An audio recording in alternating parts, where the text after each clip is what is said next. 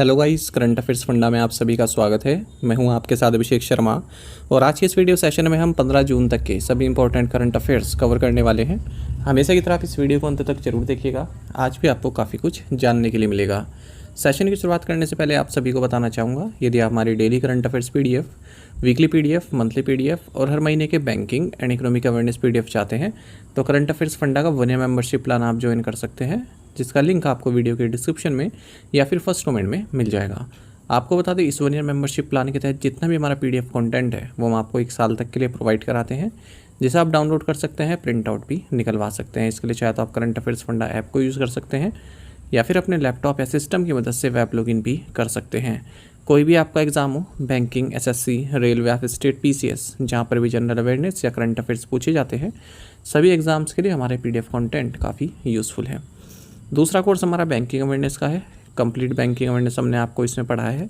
न केवल आपके बैंकिंग मेंस एग्जाम, बल्कि अगर आप बैंकिंग इंटरव्यूज़ देते हैं जैसे SBI PO, IBPS PO, RRB PO, even RBI grade B, तो इन इंटरव्यूज़ में जो बैंकिंग नॉलेज आपसे पूछी जाती है वो भी आप कवर कर पाएंगे इस कोर्स को पढ़कर।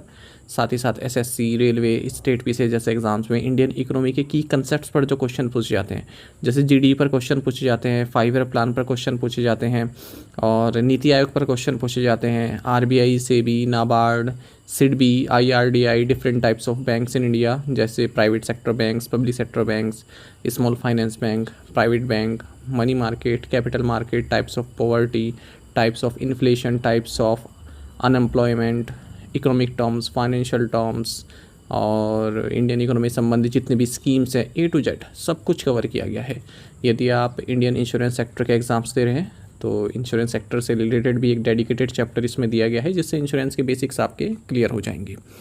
डेमो वीडियो लेक्चर्स और डेमो PDFs अवेलेबल हैं करंट अफेयर्स फंडा ऐप पर, उन्हें आप देख सकते हैं। उनसे आपको एक आइडिया लग जाएगा किस तरह कंटेंट हमने आपको इन कोर्सेज़ में प्रोवाइड कराए हैं। दोनों ही सेपरेट कोर्सेज़ हैं, यानी कि अलग अलग बाय करने होंगे। 1 ईयर करंट अफेयर कोर्स और 1 ईयर बैंकिंग अवेयरनेस कोर्स, 1 साल की वैलिडिटी है दोनों की। करंट अफेयर्स फंड ऐप पर आपको मिलेंगे। ऐप का लिंक वीडियो के डिस्क्रिप्शन में दिया गया है, फर्स्ट कमेंट में भी पिन कर दिया गया है, तो लिंक पर क्लिक कीजिए और ऐप इंस्टॉल कीजिए। लॉगिन करने के बाद आप इन कोर्सेज़ को एक्सेस कर पाएंगे। अभी भी कोई डाउट अगर आपका बचता है तो हमारा एक कस्टमर केयर नंबर है 8448169188, इस पर आप कॉल कर सकते हैं या फिर व्हाट्सएप करके भी जानकारी प्राप्त कर सकते हैं। तो बिना किसी देरी के शुरुआत करेंगे इस वीडियो सेशन की। हमेशा एक तरह सेशन की शुरुआत क्वेश्चन ऑफ द डे से करेंगे, जिसका आंसर आपको अभी करना है कमेंट बॉक्स में। पूछना है कि गुरुद्वारा हेमकुंड साहिब कहाँ स्थित है। Where is the gurdwara Hemkund Sahib located. Options हैं बिहार, पंजाब, उत्तराखंड या फिर मध्य प्रदेश। जल्दी से आंसर कर दीजिए, फिर हम आगे बढ़ते हैं। और इसी तरह के क्वेश्चन यदि आप प्रैक्टिस करना चाहते हैं तो मैं टेलीग्राम पर जरूर ज्वाइन करें। करंट अफेयर्स फंडा नाम से हमारा टेलीग्राम चैनल है।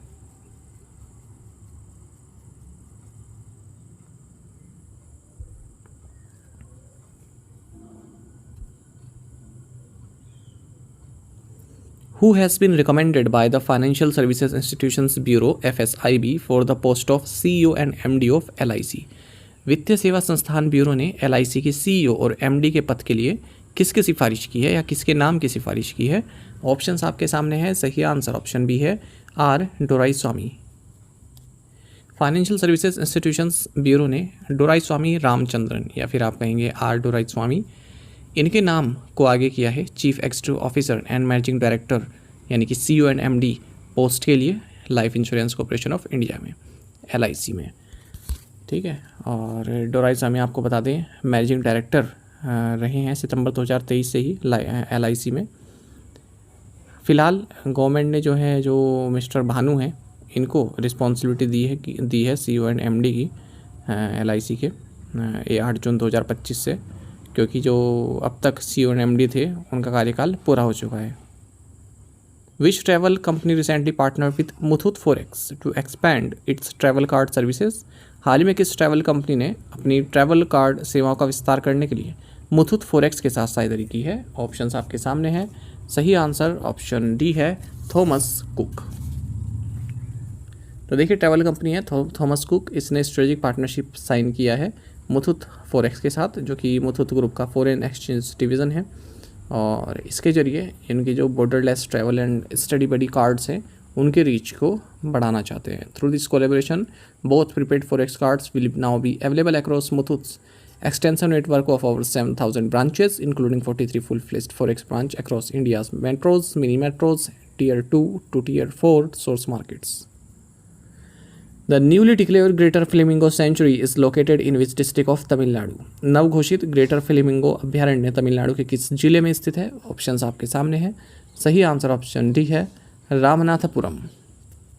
तमिलनाडु गवर्नमेंट ने ऑफिशियली ग्रेटर फ्लेमिंगो सेंचुरी को डिक्लेयर कर दिया है धनुषकोटी रामनाथपुरम डिस्ट्रिक्ट में, यानी कि अभी एक नई सेंचुरी होगी, ग्रेटर फ्लेमिंगो सेंचुरी ऑफिशियली इसको डिक्लेयर कर दिया गया है।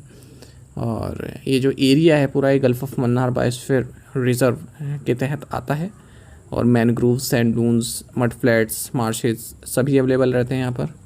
माइग्रेटरी बर्ड्स आती हैं, सी टर्टल्स के नेस्टिंग एरिया है।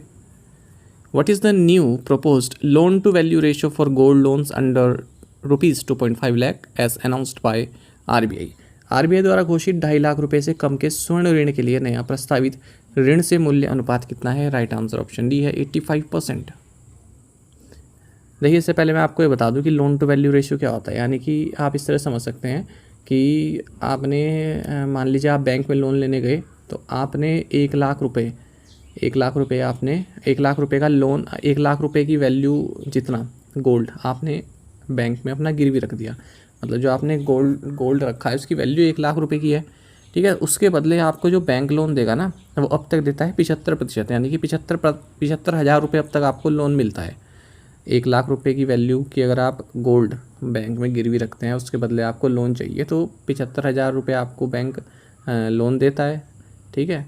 तो अब उसको बढ़ाकर 85% कर दिया है। आई बात समझ में? लेकिन 2.5 लाख रुपए तक की मैक्सिमम सीमा के वाले लोन के लिए। तो अब आपको पहले 75,000 मिलता था, अब आपको 85,000 मिलेगा जो आपने गोल्ड रखा है उसके बदले। और उस गोल्ड की वैल्यू अगर 1 लाख है, एक एग्जाम्पल के तौर पे मैं आपको बता रहा हूँ, ठीक है। अब मान लो 2 लाख, मान लीजिए 2.5 लाख की वैल्यू है आपके गोल्ड की जो आपने गिरवी रखा है, तो उसके बदले आपको 85% जो उसका बनेगा उतना लोन आपको मिलेगा, ठीक है। ऐसा गवर्नर संजय मल्होत्रा जो RBI गवर्नर है, इन्होंने अनाउंस किया है। तो पहले 75% थी लिमिट, अब उसको बढ़ाकर 85% कर दिया गया है। इस 85% लोन टू वैल्यू में प्रिंसिपल और इंटरेस्ट दोनों ही इंक्लूड रहेगा, बल्कि पहले क्या रहता था, केवल प्रिंसिपल ही इंक्लूड रहता था। जो नॉन बैंक लेंडर्स हैं, स्मॉल बैंक्स हैं, वो तो इस LTV को 88% तक ले जा लेते हैं। अब अगर गोल्ड लोन आपका 2.5 लाख से अधिक का है, ठीक है, और 5 लाख रुपए तक है, तो LTV रेशियो आपका 80% रहेगा। अगर 5 लाख रुपए तक का लोन से, तो उसके लिए LTV 75% रहेगा। और जो ये नए नॉर्म्स हैं 1 अप्रैल 2026 से लागू होंगे। Which bank has partner with the international finance corporation to incorporate climate risk into its core banking framework? किस बैंक ने जलवायु जोखिम को अपने मुख्य बैंकिंग फ्रेमवर्क में शामिल करने के लिए अंतर्राष्ट्रीय वित्त निगम के साथ साझेदारी की है? राइट आंसर ऑप्शन ए है AU स्मॉल फाइनेंस बैंक। तो AU स्मॉल फाइनेंस बैंक ने इंटरनेशनल फाइनेंस कॉर्पोरेशन के साथ पार्टनरशिप की है, जिसके जरिए जो क्लाइमेट रिस्क कंसिडरेशन है उसको ये अपने कोर बैंकिंग फ्रेमवर्क में शामिल करेगा। Under this climate risk advisory programme AU small finance bank will embed environmental consideration into its governance, strategic planning, risk management processes and ESG disclosure. IFC will support the bank in quantifying, disclosing and managing climate risk in accordance with frameworks such as Task Force on Climate-related Financial Disclosures and Reserve Bank of India's climate guidelines. On which date is World Elder Abuse Awareness Day observed annually? विश्व बुजुर्ग दुर्व्यवहार जागरूकता दिवस कब मनाया जाता है? Right answer option C है June 15। World elder abuse awareness day हर साल 15 जून को मनाया जाता है। 2025 में इस डे के लिए थीम रहेगा addressing abuse of older adults in long term care facilities through data and action. With the adoption of National E-Vidhan application, Puducherry becomes which number legislature in India to go digital? राष्ट्रीय E-विधान application को अपनाने के साथ पुडुचेरी भारत में digital होने वाला कौन से नंबर का विधानमंडल बन गया है? राइट आंसर ऑप्शन डी है 19th। तो देखिए, union minister of state for information and broadcasting and parliamentary affairs doctor L Murugan, इन्होंने नेशनल E-विधान एप्लीकेशन इनोग्रेट किया है पुडुचेरी लेजिस्लेटिव असेंबली के लिए। और इसी के साथ पुडुचेरी 19th लेजिस्लेचर बन गया है हमारे कंट्री में, जिसने नेशनल E-विधान एप्लीकेशन को अडॉप्ट किया है।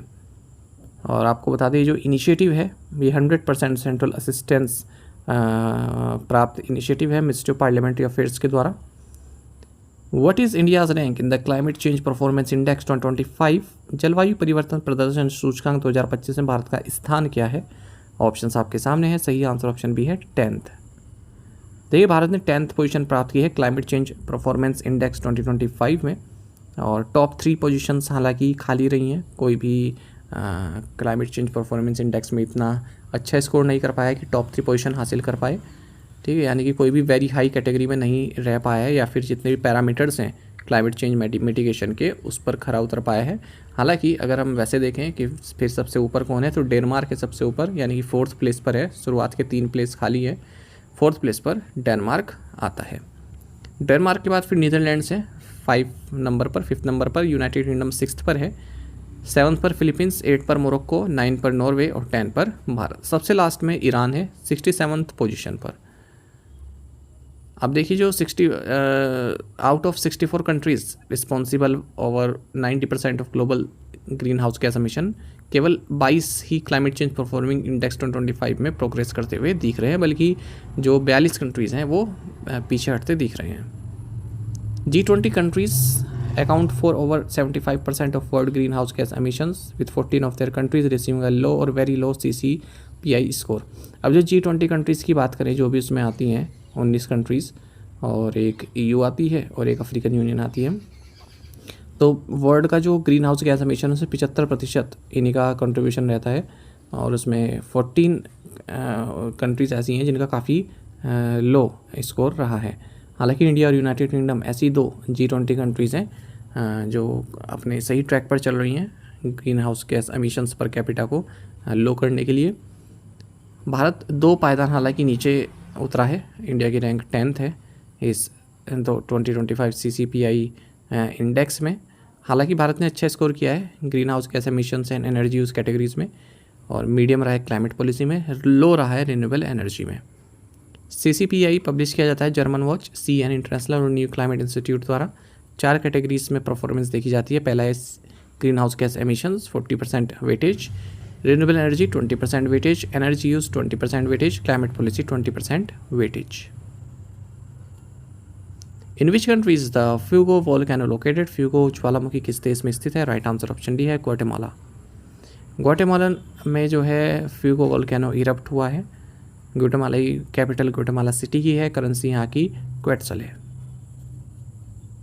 Which 2 Indian states have agreed in principle to jointly commission the Kulsi multipurpose irrigation and hydro electric project? कौन से 2 भारतीय राज्य कुल्सी बहुउद्देश्य सिंचाई और जल विद्युत परियोजना को संयुक्त रूप से चालू करने के लिए सैद्धांतिक रूप से सहमत हो गए हैं? राइट आंसर ऑप्शन बी है असम एंड मेघालय। तो मेघालय और असम ये जो है दोनों ही राज्य एग्री हो गए हैं कि Kulsi multipurpose irrigation and hydro electric power project को हम चालू करेंगे। और असम के चीफ मिनिस्टर हिमंत बिस्वा शर्मा और मेघालय के चीफ मिनिस्टर कॉनरेड संगमा ने इस बीच एग्रीमेंट साइन किया है। कुल्सी रिवर की बात करें, ये ब्रह्मपुत्र की ट्रिब्यूटरी है, गुवाहाटी के वेस्ट में बहती है, और वेस्ट खासी हिल डिस्ट्रिक्ट जो है मेघालय यहाँ से होकर गुजरती है, और मेजर नेस्टिंग साइट भी है गंजेटिक रिवर डॉल्फिन के लिए। टू द पॉइंट क्वेश्चन के आंसर्स देखेंगे। Which country is hosting the 2027 AFC Asian cup? Saudi Arab. When was the Ancient Monuments Preservation Act legislated? 18 March 1904. Which e-commerce company has received a lending license from RBI? Flipkart. When was the India Middle East Europe Economic Corridor route launched? 9 September 2023. The Bureau of Energy Efficiency is preparing a framework to standardize default temperatures of air conditioner. What is the range it is proposing? Answer is 20 to 28 degrees Celsius. आप में से कई students ने बिल्कुल सही answer किया है, इस तरह से पार्टिसिपेट कीजिए। टू द पॉइंट क्वेश्चन देखें, इनके आंसर आपको भी करने हैं कमेंट बॉक्स में। Where is Kheer Bhawani temple? Where was the Stockholm international conference on electoral integrity held? 22nd edition of multinational military exercise Khan Quest held between which countries? The interest rate that RBI charges when commercial banks borrow money from it is called percentage of a bank's total deposit that is required to maintaining liquid cash with the RBI as a reserve is called. In 5 questions के answer आपको comment box में देने हैं। यदि question का answer भी आता है वो भी आप अवश्य बताइएगा। साथ ही हमें टेलीग्राम पर जरूर ज्वाइन करें। करंट अफेयर्स फंडा नाम से हमारा टेलीग्राम चैनल है। Thank you guys.